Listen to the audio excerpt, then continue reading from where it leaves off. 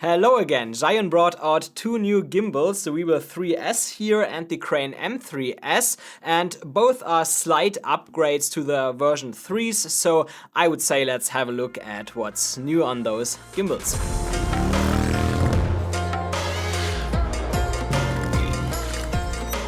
To mention that here right from the beginning, this video is not supposed to be a review. This video is sponsored by Zhiyun and I already reviewed the Crane M3 and the Weebill 3 gimbals and both actually performed really good. And I found the upgrades that you get with the S versions quite minor, so it's not really worth it to do a full-blown review of those gimbals. So I would say let's just talk about the differences that you have between the 3 and the S versions. And the first feature that stands out on the Weebill 3S is that you can now mount your camera vertically. It's actually quite easy. You can just unmount this base plate and then mount it vertically, and then you mount the camera like always. Now, I'm not a fan of vertical video. I just prefer landscapes. If I publish sometimes on Instagram or so in vertical format, then I cut that out from my landscape shots. But well, if you do a lot of short form content or so, then it's definitely something that you will appreciate.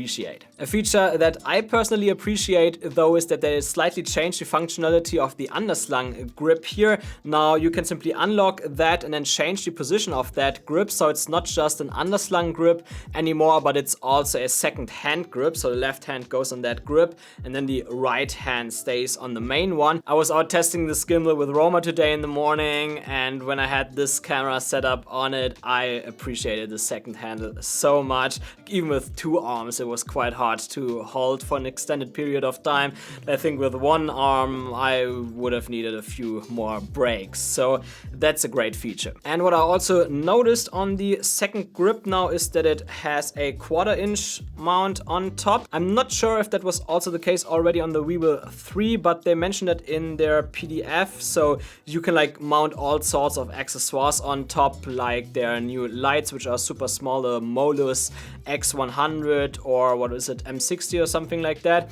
So that's a great feature as well. You could also use it together with a microphone or so, because that's actually a downgrade on this gimbal. There's no microphone included anymore. On that one, on the Weebill 3, there was a mic inside. I mean, honestly, I don't know anyone that would have ever used this microphone. You usually want to use a shotgun microphone or a lavalier or so, but you never use an internal microphone either from your camera or a gimbal, so it's not really a missing feature on the Weebill 3S in my opinion. And the last new feature from the Weebill 3S is that you now have Bluetooth control available, which I find super nice, because before you either had to cable your camera up to be able to press record from the gimbal, or you had to like press record manually on the camera, and that always sucks a little bit when it's on the gimbal. So now with Bluetooth control, that got a lot easier, so you don't have to fiddle around anymore. That's really appreciated. And then there is one more thing that's not a new feature, but the price of this gimbal, like the starting price when it hit the shelves, also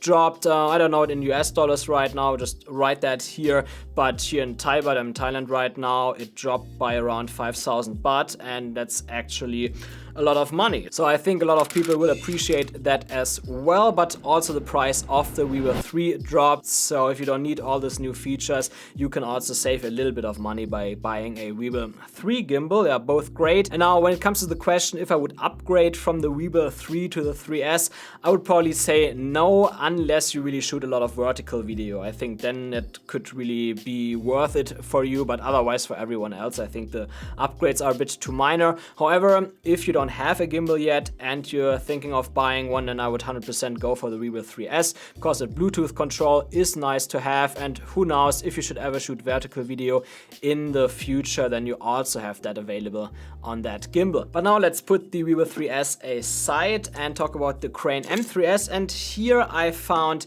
the upgrades a lot minor. Like the biggest upgrade in my opinion here is that you also have that Bluetooth control available, so again, you don't have to cable the camera up anymore to control it from the gimbal. And the other features that they mentioned which is upgraded, I don't really find there where the upgrade is. Like for example, they say that there's no PD fast charging available, which charges in 2 hours, but that was already the case on the Crane M3 as well.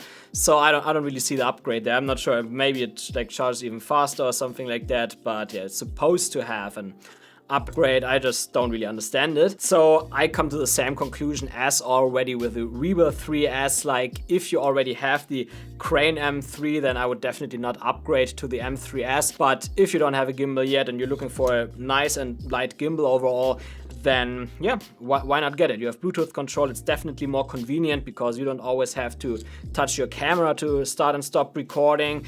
And also having a touch screen, while it's not super important, is definitely a bit more convenient. But what's also good, they also dropped the price from the Crane M3S, like the starting price when it hit the shelves. So if you don't need those new features from the Crane 3S, you might find a Crane M3 now a little bit cheaper somewhere. So much about these two gimbals, but there's one more question that I want to answer here, and that is, do you even still need a gimbal? Because, well, the camera stabilization with all those cameras out today got so good, especially if you have inbuilt stabilization available, etc. So I actually shoot most of my videos without a gimbal. But here's the thing, like, every time when I see creators that intensively use gimbals, their videos look completely different. Look at Brandon Lee, for example. Like, the shots that he has in his videos, they are all completely different from what I mostly do or what many other creators do. And the reason for that is mainly that he constantly uses gimbals and oftentimes also 360 cameras, so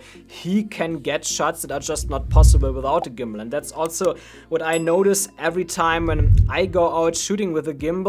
The moment I have my camera on it, I shoot completely different as I would shoot if I have the camera directly in my hands.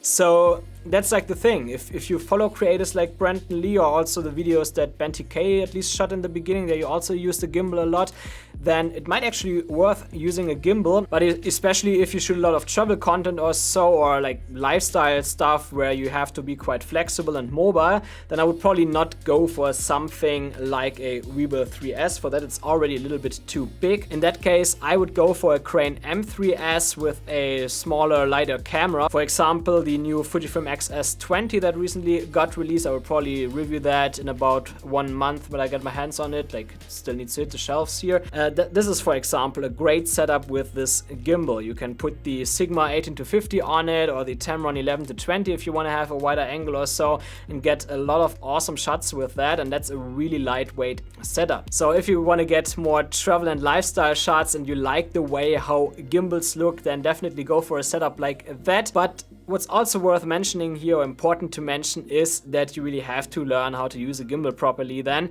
because I see many beginners walking around with gimbals, basically pointing the camera just randomly around. Like, just because you have the camera on a gimbal does not mean that you should not focus on something very specific with each shot. Like, this is something that I mention a lot in my other videos, that you should always get single shots instead of shooting all the time, so that you're really intentional with each shot. And that's like something that a gimbal easily invites you. You have the camera on top and you just keep it rolling all the time. Shoot a bit there, shoot a bit here, and then your videos won't come out good. If you follow creators that shoot a lot with gimbals, then you will notice that all of their shots are intentionally, like, there's usually maybe a subject for a hyperlapse or some other subject, maybe walking around a person and stuff like that, but it's never the case that they just walk around randomly. That's why I would say, before getting a gimbal, first learn how to shoot good videos straight out of your hand by being intentional with every single shot, and then switch to a gimbal, because then you will also do the same with your gimbal. So just a few words here to ensure that you actually get good shots with your gimbals, whatever you choose.